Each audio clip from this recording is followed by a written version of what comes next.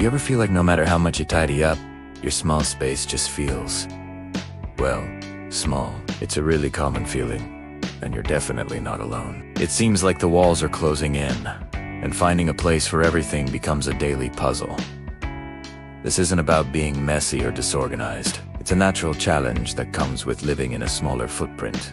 A big reason so many of us are dealing with this is simply how our lifestyles have changed. We live in a world of abundance, where it's easy to accumulate things we love, whether it's books, hobbies, clothes, or kitchen gadgets. Our homes are supposed to be our sanctuaries, places to relax and express ourselves. But when you're trying to fit a full life into a compact area, that can create a sense of constant clutter and pressure. Think about it, many of us are also working or studying from home now, more than ever. Our living rooms have become offices, our bedrooms have become gyms, and our kitchens are doing double duty. We're asking our limited space to serve multiple purposes, and that can easily lead to feeling overwhelmed. It's not a personal failing.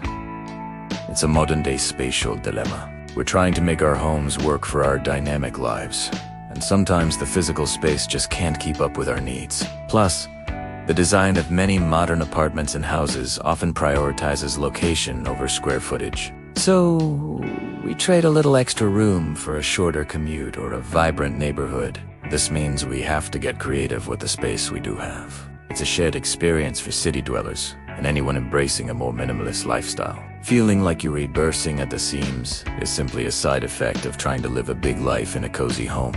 If you want a clearer understanding of what's happening and why it develops, there's a detailed explanation available.